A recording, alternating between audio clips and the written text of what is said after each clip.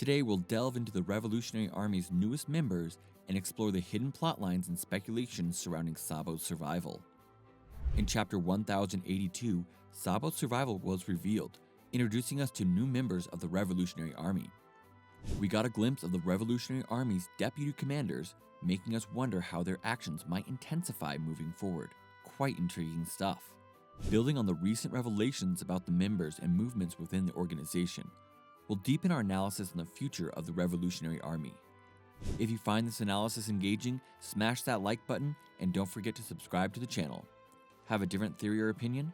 Drop it in the comments below. Be aware that there will be spoilers ahead. Now let's dive right in.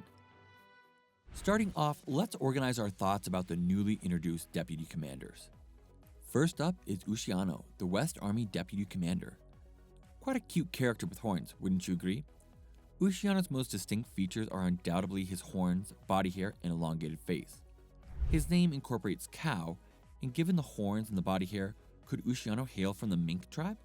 Besides the horns, he also has patterns reminiscent of a cow on his back, suggesting a strong possibility of him being a mink. The Revolutionary Army has members from various races, from fishmen to giants. After all, they're trying to overthrow the celestial dragons, the very embodiment of slavery. Their inclusive approach, embracing a myriad of races, may be symbolic of their stand against discrimination and might be a testament to their commitment to change the world's power dynamics. If there are minks in the Revolutionary Army, does that mean Dragon knows the way to Zou? While Ushiano might not be a mink from Zou, we can't be entirely sure. Focusing on how Ushiano speaks, doesn't something feel off? His speech pattern isn't in full sentences, but rather in short, disjointed words. Care for a closer look? Here are some of his lines. What? That ship. Enemy? What? Who? He's not forming full sentences, just uttering brief words. Did any of the minks Luffy and the gang met on Zou speak like this? Thinking back, none of them did.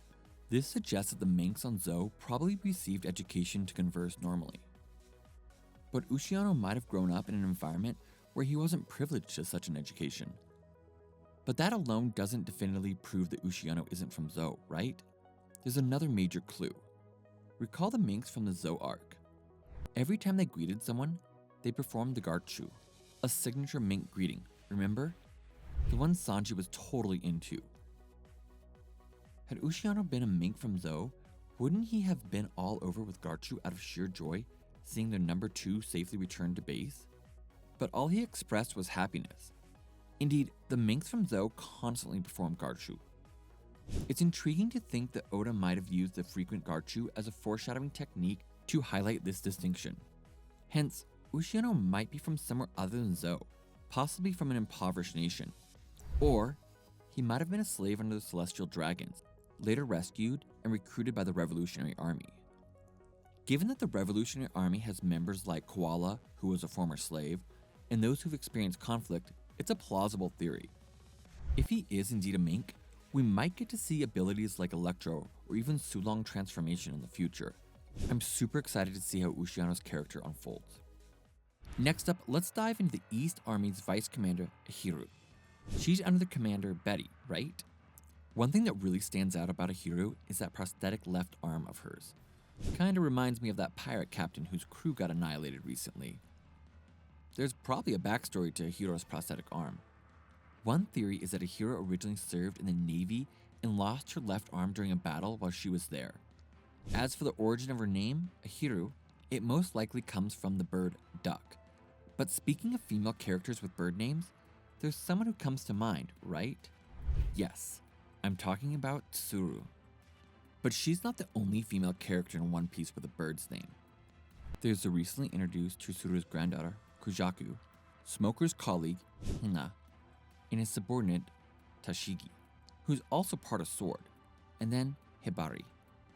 It seems many female mariners have bird names. Seriously, all these bird names. I guess it's a done deal that Ahiru was a marine. Perhaps Ahiru traveled the world as a marine, saw the dark side, got sick of the Navy and the world government harming civilians, and then decided to join the Revolutionary Army.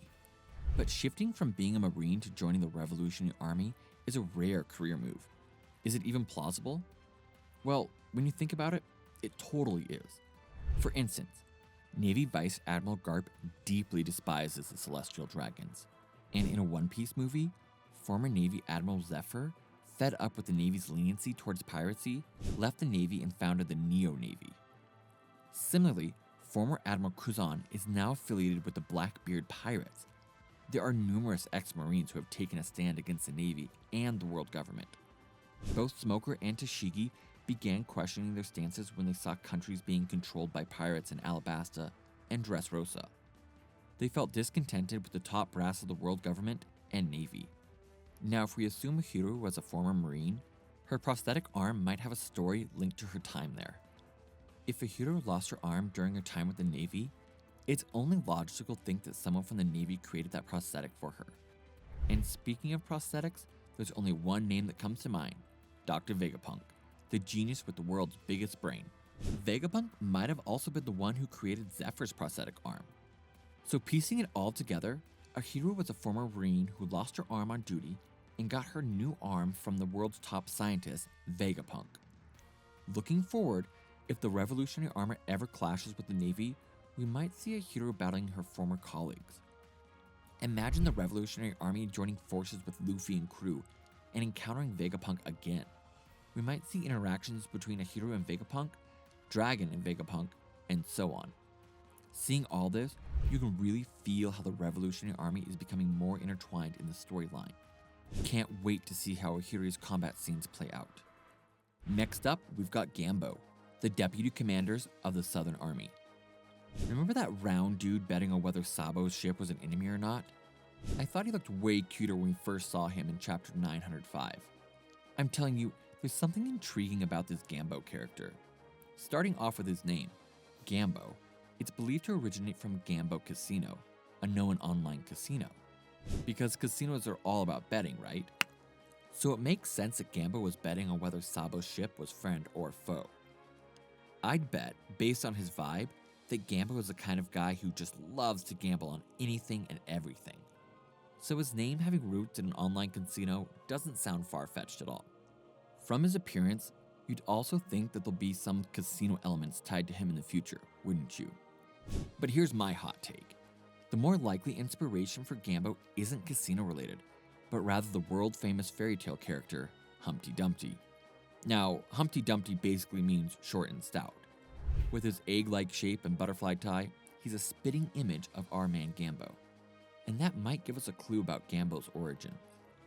I reckon Gambo, like Sabo and Kuma, might have been royalty or nobility from some country. Now, Humpty Dumpty, who looks a lot like Gambo, is often considered a tale about an English king, and that king was in the middle of a war.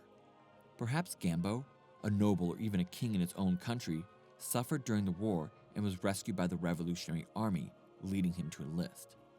As I mentioned before, having former government officials, nobles, or royalty in the Revolutionary Army kind of symbolizes the very collapse of the ruling class they're fighting against. That's a theory that totally sounds plausible, right? I can't wait to dive into the next character.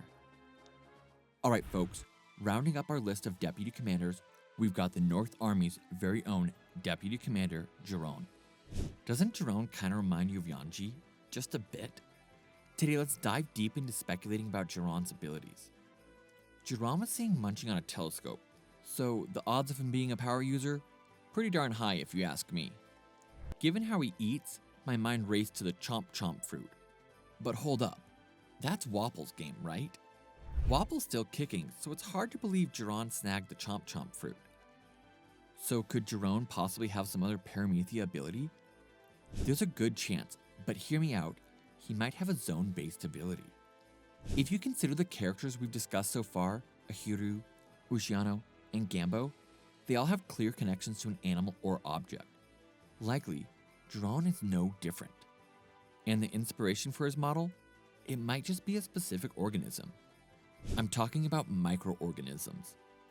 If you think about creatures that can eat stuff, even metal, and ones breaking down and consuming iron are microorganisms. So here's a wild thought. Jiron was using the power of the microorganisms to break down and munch on that telescope.